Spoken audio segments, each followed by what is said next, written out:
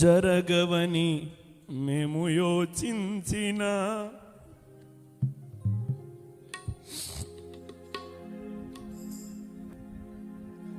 భీకర కార్యములనే చేసిన అసమానుడా, భీకర శూరుడా, అత్యంత బలవంతుడా, అసమానుడా, భీకర శూరుడా, అత్యంత బలవంతుడా, యేసయ్యా, యేసయ్యా, సరిపోయిన ప్రధాన యాజకుడా, యేసయ్యా, యేసయ్యా,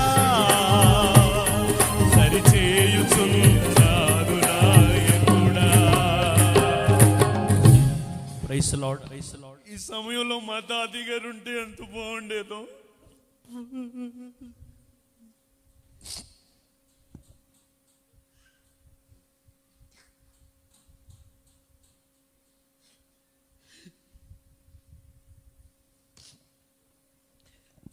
ఆయన దేవుని రాజ్యంలో ఉండి మా కొరకు విజ్ఞాపన చేస్తున్నాడని నేను బలంగా నమ్ముతున్నాను. 2 సన్నివేశాలు చెప్పి నా సాక్ష్యాన్ని నేను ముగిస్తాను. మా తాతయ్య గారు రక్షించబడిన దినాల్లో ఆయన మందిరానికి వెళ్తే మా తాతయ్య గారి వారి నాన్నగారు భోజనం పెట్టను అని చెప్పినప్పుడు భోజనాన్నైనా వదులుకున్నాడు, కానీ యేసయ్యను వదులుకోలేదు. అందుకనే మేము ఈ దినం ఈ స్థితిలో ఉన్నాం. దాని వెనక మా తాతయ్య గారి ప్రార్థన ఎంతో ఉంది. రెండవది, ఒక్క కాలుతో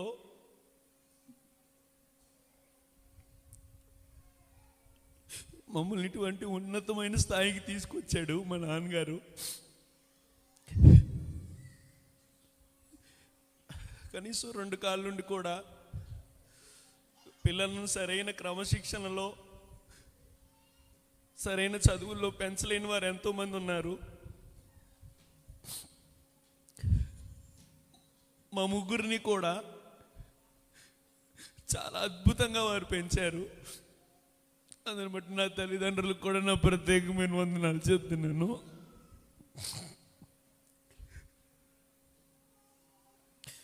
దేవుడు నా జీవితంలో ఒక్క మేలు కాదు, ఎన్నో అద్భుత కార్యాలు చేశారు. అన్నీ చెప్పడానికి ఇది సమయం కాదు, కానీ చావు అంచుల వరకు నన్ను తీసుకువెళ్ళి దేవుడు ఇది నన్ను మీ ముందు నిలబెట్టాడు.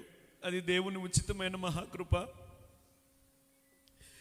నా తల్లి చదువుకోలేకపోయి ఉండొచ్చు, కానీ ఆమె గర్భాన పుట్టిన నన్ను దేవుడు దేశాలు దాటిస్తున్నాడు.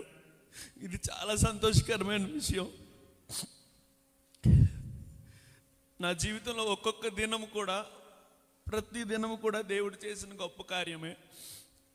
నా చిన్నప్పటి నుంచి నా చదువుల్లో, నా పీజీ ఎడ్యుకేషన్ వరకు కూడా దేవుడు కృప చూపి నడిపించాడు. అన్ని క్లాసుల్లో కూడా దేవుడు నన్ను మొట్టమొదటిలో ఉంచాడు. అందును బట్టి దేవునికి మహిమ కలుగును గాక. సభాముఖంగా నేను ఒక మాట చెప్పాలని నేను ఇష్టపడుతున్నాను. ఈ యొక్క స్తుతి కూడిక మా ఆశీర్వాదానికి ఒక మలుపురాయి అవుతుందని నేను నమ్ముతున్నాను. దేవుడు మమ్మల్ని భవిష్యత్తులో ఇంకా బలంగా ఆశీర్వదించబోతున్నాడు. దేవుడు ఆశీర్వదించినా కానీ మేము మా మూలాలు మర్చిపోము. మాకు అవి నేర్పించారు. చిన్నప్పటి నుంచి ఉగ్గు పాలు పోసినట్లు మాకు నేర్పించారు. మా తాతయ్య గారు ఏ విధంగా అయితే పరిచర్య చేశాడో అంతకు మించి గొప్ప పరిచర్య చేయాలని మీరందరూ నా కోసం ప్రార్థన చేయండి. ఆయన ఎప్పుడూ ఒక మాట చెప్తూ ఉండేవాడు. ఇంటికి వెళ్ళినప్పుడల్లా డైరెక్టర్ గారు అని పిలిచేవాడు నన్ను. ఎందుకని ఆయన అలా పిలిచేవాడు నాకు తెలియదు, కానీ దేవుడు భవిష్యత్తులో దాన్ని నెరవేర్చబోతున్నాడు. మీరందరూ నా కోసం ప్రార్థన చేయండి. చేరి వచ్చిన మీ అందరికీ కూడా నా ప్రత్యేకమైన వందనాలు.